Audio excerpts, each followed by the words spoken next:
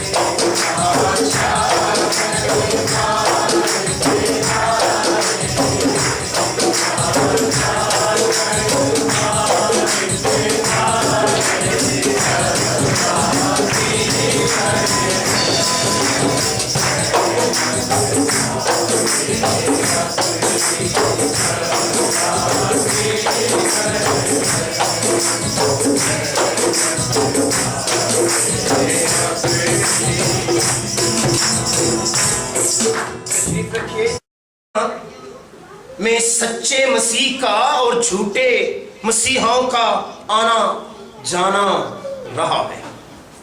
यरूशलेम दुनिया के 3 बड़े मज़ाहिब का मरकज बना हुआ है, जिसमें इस्लाम, यहूदियत और मसीहत शामिल है। और आज भी यहूदी यरूशलेम को अपना इलाही हक समझते हैं। उनका ये ईमान है कि ये यरूशलेम खुदा ने उन्हें दिया है। और आज भी हैकल मुकद्दस की बची हुई मगरबी दीवार के सामने यहूदी आकर अपनी दुआएं लिखते हैं, दुआएं करते हैं, और उस दीवार के सामने यहूदी आज भी ये कहते हैं कि ऐ रब्बुल अफ़वाज यहोवा यरी, इस्राएल को शाही मनसब अता कर। वो कहते हैं कि इस्राएल को मसीहा दे, इस्राएल को शाही मनसब दे, इस्राएल को रहाई और छुटकारा दे। उनमें से बहुत सारे ऐसे सयाबी हैं जो दुनिया के मुख्तलिफ ममालिक से आते और अपनी दुआएं हैकल की बची हुई मगरबी दीवार पर लिख कर लगाते हैं, और वो कहते हैं कि ऐ खुदा, इस्राएल को इक़्तिदार अता कर।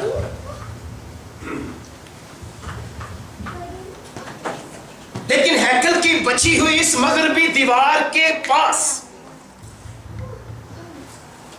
एक पहाड़ की मधुरो चोटी है, जिसे अंग्रेजी जुबान में डूम ऑफ द रॉक कहा जाता है। मुसलमानों का ईमान है कि यहां पर से हजरत मोहम्मद सल्लल्लाहु अलैहि वसल्लम सफेद बुराक पर बैठकर आसमान पर गए थे। उनका यह भी ईमान है कि यहां पर वायदे के फरजंद हजरत इस्माइल को कुर्बानी के लिए बाप अब्राहम ने पेश किया था।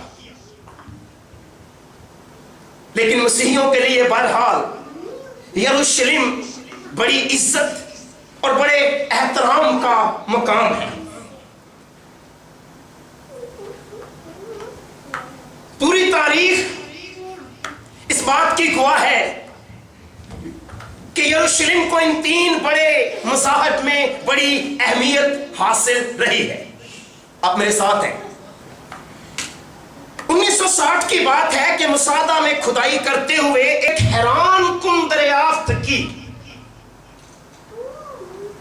याजल यादीन एक माहिर था जो इसारे कदीमा का माहिर था, और उसने एक चौंका देने वाली हैरान कुन दरियाफ्त की। और यह दरियाफ्त एक फौजी इमदाद की पत्थर पर लिखी हुई कहानी थी।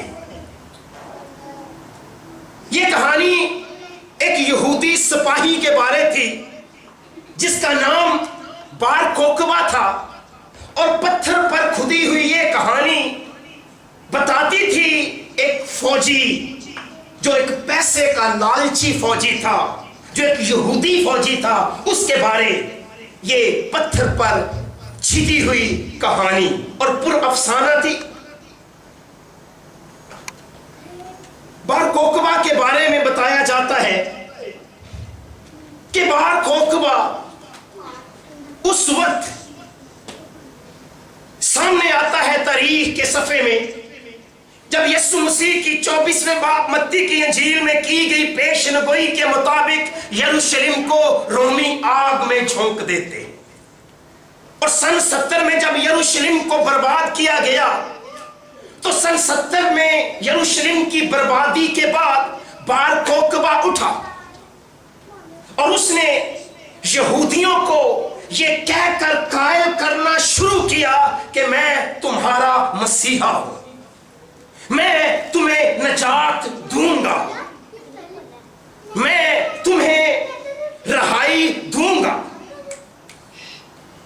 और उस वक्त के सिक्कों पर, इस्राएली सिक्कों पर बार कोकबा की तस्वीर जो थी वो खो दी गई। सो इस झूठे मसीहा ने यहूदी अफवाज को इकट्ठा किया। उन सिक्कों पर जो उसकी तस्वीर लिखी जाती, उसके बारे लिखा जाता कि वो प्रिंस है, वो डिलीवरर है, वो मिसाया है। उसके लोग उस वक्त उसे कहते हैं ये वो सितारा है जो आसमान से गिरा है। बाय द वे, आपका और मेरा सितारा कौन सा है? तुम अच्छा करते हो जो कलामे मुकद्दस पर यह समझकर गौर करते हो कि यह एक चिराग है जो अंधेरी जगह में रोशनी बख्शता है जब तक पौ ना फूटे और सुबह का सितारा तुम्हारे दिलों में ना चमके। बहुत सारों ने उस आसमान से गिराए हुए सितारे को अपनी आंखों का तारा बना रखा है, फिर उनके तारे हमेशा गर्दिश में ही रहते हैं। लेकिन हमारे दिलों में एक रोशन सितारा है जो चमकता है, और उसका जलवा नूर जमानों में आज भी चमकता हुआ दिखाई देता है। सन 70 में जब रोमी शहंशाह हेड्रियन ने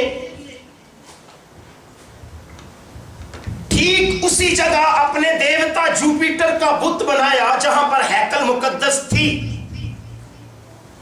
ना सिर्फ उसने अपने देवता का बुत बनाया बल्कि उस देवता के सामने उसने कुर्बान गाह बनाई और उस कुर्बान गाह पर उसने सुअर की कुर्बानी गुजरानी। ये वो बात भी पूरी हुई जब तुम मुकद्दस मकाम पर नापाक और मकरूह चीज को खड़ा हुआ देखो तो पढ़ने वाला समझ जाए। इस बात से ना सिर्फ यहूदियों का निज़ाम परस्तिश तहस नहस हुआ बल्कि यहूदी ना डर हो गए और उन्होंने अपने सर पर कफन बांधे। और इस झूठे मसीहा ने यहूदियों को यह कहकर कायल करना शुरू किया कि मैं तुम्हारा मसीहा हूं, मैं तुम्हें रहाई दूंगा। 1960 में जब याजल यादीन माहिर सारे कदीमा इस्राएली पार्लियामेंट के सामने उस अपनी दरियाफ्त का वो हिस्सा पढ़ा जिस पर यह लिखा हुआ था कि बार कोकबा इस्राएल का प्रेसिडेंट, इस्राएल का सितारा, तो यहूदी पार्लियामेंट ने तालियां बजानी शुरू कर दी, जिसका मतलब यह था कि इस्राएली मान रहे थे कि जो कुछ भी बार कोकबा ने किया हमें उस पर फख्र है। यीशु मसीह ने मत्ती की इंजील के 24वें बाब की आयत नंबर 5 में कहा कि दुनिया में 2 तरह के लोग आएंगे। कौन कौन से? झूठे मसीह और झूठे नबी। और थोड़ी ही देर के बाद, यीशु मसीह के जाने के बाद, दुनिया में झूठे मसीह भी आए और झूठे नबी भी उठ खड़े हुए। जिस तरह उस पहली सदी में बार कोकबा ने इब्तदाई मसीहियों को गुमराह किया, उसी तरह आखिरी सदी में भी झूठे मसीहा मसीहियों को गुमराह करेंगे। और यीशु मसीह की वो पेशनगोई पूरी हुई, मगर वो गुमराही आने वाले दिनों की एक चाशनी थी। वो गुमराही आने वाली सदियों की एक छोटी तस्वीर थी। वो गुमराही आने वाली सदियों का एक छोटा तस्वीरचा था। लेकिन आज जिस जमाने में मैं और आप रह रहे हैं, यह गुमराही का जमाना है। यीशु मसीह ने इस जमाने की बात की जो आखिरी जमाना है। यीशु मसीह ने इस जमाने की बात की जो हमारा जमाना है। और इस जमाने की बात करते हुए यीशु मसीह ने कहा कि आखिर वक्त में झूठे मसीह और झूठे नबी उठ खड़े होंगे और मुमकिन हुआ तो किनको गुमराह करेंगे। सो झूठे मसीहों का टारगेट बरगजीदा लोग हैं। मुझे इतना पता है कि मैं यीशु मसीह की कलीसिया का एक रुकन हूं। मत्ती रसूल की इंजील के 24वें बाब की 24वीं आयत में लिखा हुआ है, यीशु मसीह ने कहा, मत्ती रसूल की इंजील उसका 24वां बाब उसकी 24वीं आयत में झूठे मसीह और झूठे नबी उठ खड़े होंगे और ऐसे बड़े निशान और अजीब काम दिखाएंगे। अगर मुमकिन हो, आप पढ़े लिखे लोग हैं, क्या लिखा है? अगर मुमकिन हो, याद रखें, झूठे मसीहा झूठे नबी हर मुमकिन सूरत निकालने की कोशिश करते हैं कि किसी तरह से गुमराह करें। पहली सदी में बार कोकबा ने खुदा के लोगों को गुमराह किया। आखिरी सदी में झूठे मसीह और झूठे नबी खुदा के लोगों को गुमराह करेंगे, यहां तक कि मसीहों को भी धोखा दिया जाएगा, ईमानदारों को भी धोखा दिया जाएगा। जिस तरह पहली सदी में यहूदी धोखा खा गए, आखिरी सदी में मसीही भी धोखा खाएंगे। लेकिन उसने कहा तुम्हारा दिल ना घबराए, खुदा पर ईमान रखते हो, मुझ पर देखो। देखो मैंने तुमसे पहले ही कह दिया है, जब इन बातों को होता देखो तो जान रखो कि वक्त करीब है।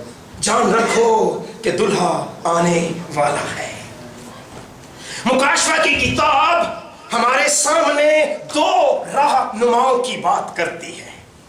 मुकाशवा की पूरी किताब हमें 2 राहनुमा देती है। एक वो बर्रा है जो सारे जहान का गुनाह उठा ले जाता है, और एक वो हैवान है, 13वें बाब मुकाशवा में लिखा है, और सारी दुनिया ताज्जुब करती हुई उस हैवान के पीछे बोली।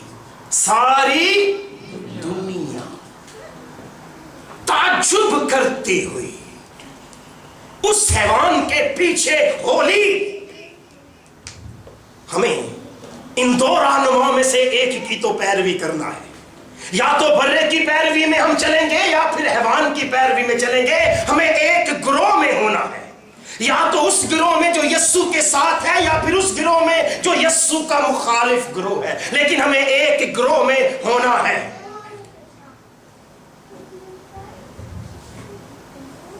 मुकाशवा के 13वें बाब में एक हैवान का जिक्र किया गया है। उस हैवान के बारे में कहा गया है कि उसकी प्रस्तुति सारी दुनिया करती है। मेरे अजीजों, जिस उन्वान को आज मैंने छेड़ने की कोशिश की वो है नबूवतों का मसीहा।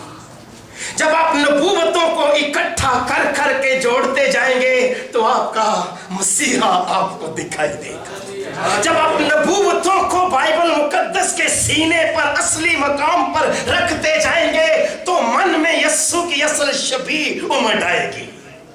जब आप नबूवतों के आईने में अपने नजात दहिंदा को देखेंगे तो आप जान लेंगे कि यस्सु ही मसीहा है।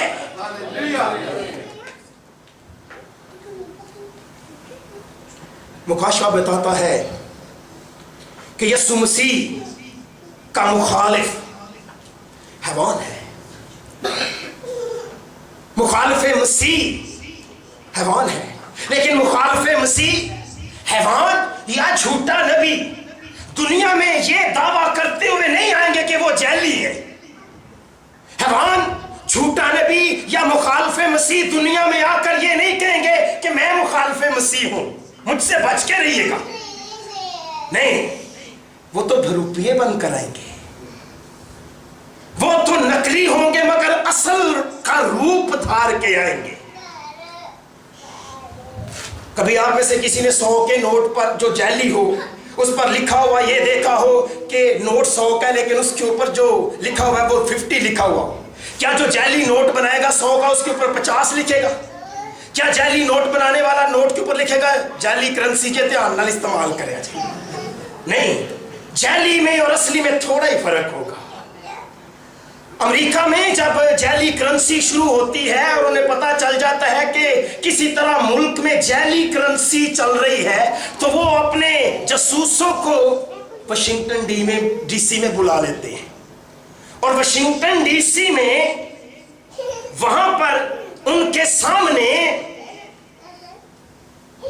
वो दिन आता है असली नोट फेंके जाते हैं। जासूसों से कहा जाता है कि इनकी सर्च करो।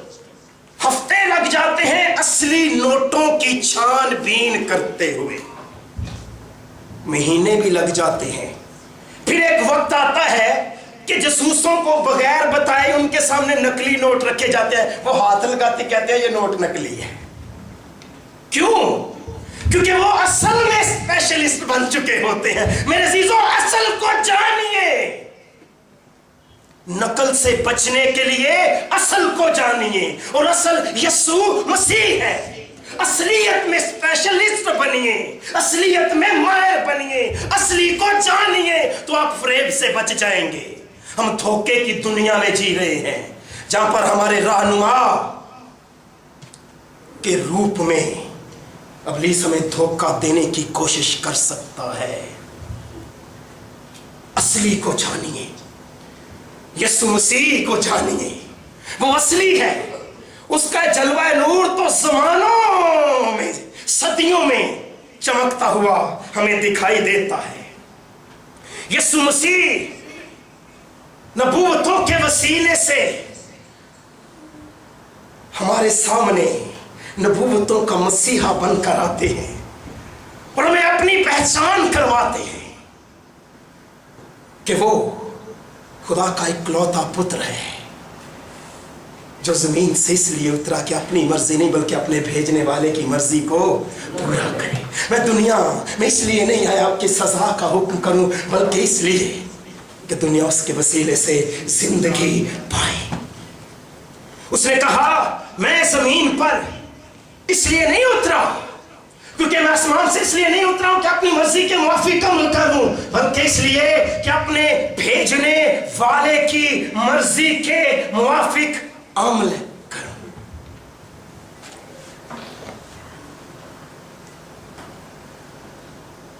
यीशु मसीह ने दावा किया कि वो अब्दियत में बाप के साथ रहा है। यीशु मसीह ने दावा किया कि वो इब्तदा से खुदा के साथ था, खुदा के साथ है, खुदा के साथ रहेगा। उसने दावा किया कि मैं आसमान से उतरा हूं। उसने दावा किया कि मैं आसमानी हूं। उसने दावा किया कि मैं आसमानी हूं और हम आसमानी के परस्तार हैं। हम किसी खाकी के परस्तार नहीं हैं। हम जलाली के परस्तार हैं, हम लाफानी के परस्तार हैं। असली जमानों से वो बाप के साथ रहा, लेकिन वो इंसानी बदन में खुदा था। अभी गीत गाया जा रहा था, जब मुकद्दसा मरियम उसके मुंह को चूमती, उसके चेहरे को चूमती, तो वो खुदा के चेहरे को चूमती। वो मरियम की कोख में मुजस्सम इंसानी रूप में खुदा था, और हम यस्सु में खुदा को देखते हैं। हम यस्सु में खुदा को बसा हुआ जानते हैं। फर्ज करें अगर यस्सु एक नेक इंसान है और इससे बढ़कर कुछ नहीं है। फर्ज करें अगर यस्सु एक महज इखलाकी उस्ताद है, एक बहुत अच्छा टीचर है। फर्ज करें यस्सु एक गुरु है, तो फिर आपके पास अपना गुरु है, हमके पास अपना गुरु है। फर्ज करें कि यस्सु सिर्फ एक मददगार है, इसके अलावा कुछ नहीं है। फर्ज करें कि यस्सु सिर्फ शिफाई देता है और कुछ नहीं देता, तो शायद उसकी पैरवी हमारे लिए काफी ना हो। मगर यस्सु सिर्फ शाफी नहीं, यस्सु सिर्फ नजात दहिंदा नहीं, यस्सु आज भी शफायती है। और आसमान की हैकल में मेरी और आपकी शफायत कर रहा है। हम उसी यस्सु के परस्तार यहां पर बैठे हुए हैं। लेकिन अगर यस्सु अलाही है, तो फिर यस्सु की अबदी जिंदगी की पेशकश को ठुकराना तो अबदी जिंदगी को ठुकराना है। अगर यस्सु खुदा का पुत्र है, तो फिर खुदा के पुत्र को ठुकराना खुदा को ठुकराना है, उसे रद्द करना खुदा को रद्द करना है। लेकिन अगर यस्सु इलाही है और उसके पास अबदी जिंदगी है, तो यही फर्क है जो उसे बाकी सारे मसीहों पर सबकत दे देती है। हम जिंदा लोग हैं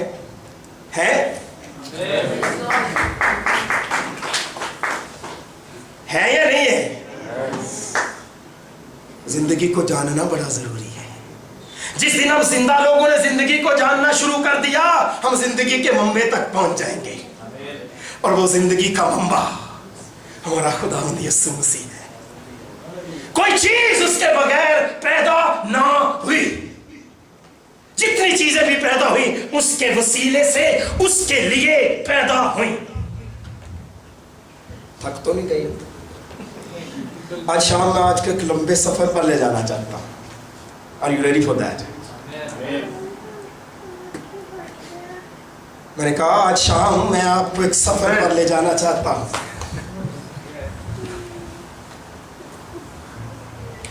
यूहन्ना की इंजील के 5वें बाब की 35वीं आयत में यीशु मसीह ने कहा, तुम किताबें मुकद्दस में से ढूंढते हो क्योंकि समझते हो कि ये मेरी गवाही देती है, और तुम इसमें से हमेशा की जिंदगी को ढूंढते हो। याद रखें, जब यीशु ने ये बात कही तो उस वक्त नया अहदनामा नहीं लिखा गया था, पुराना अहदनामा था। और यीशु मसीह ने पुराने अहदनामे को किताबे मुकद्दस कहा। उसने कहा तुम किताबे मुकद्दस में से ढूंढते हो, और ये वो है जो मेरी गवाही देती है। मैं उस गवाही पर आपकी तवज्जो को ले जाना चाहता हूँ, वो गवाही जो बाइबल के सीने पर लिखी हुई है। मैं एक नबूवत की तरफ आपकी तवज्जो लेकर जाना चाहता हूँ जो बाइबल के सीने पर लिखी है, और वो बाइबल के सीने पर लिखी हुई ऐसी सच्ची नबूवतें जो आज एक ईमान के मसीहा के सच्चे मतलाशी को तलाश कर देने में मदद मुहैया करती हैं। हम उन नबूवतों को देखने को हैं। यीशु मसीह ने जिन नबूवतों का जिक्र किया, वो नबूवतें हमारे ज़हन पर पड़े सारे पर्दों को हटा देती हैं। ये नबूवतें शकूक की सारी दीवारों को गिरा देती हैं और हमें मसीहा को जानने का एक राह देती हैं, एक जिंदगी देती हैं जो जिंदगी इब्तदा से शुरू हुई। मीका की किताब के 5वें बाब की 2री आयत में लिखा है। इससे पहले कि मैं उस आयत की तरफ आऊं, ये पेशगोइयां बताती हैं कि यीशु मसीह जो खुदा का इकलौता बेटा है वो दुनिया में आएगा।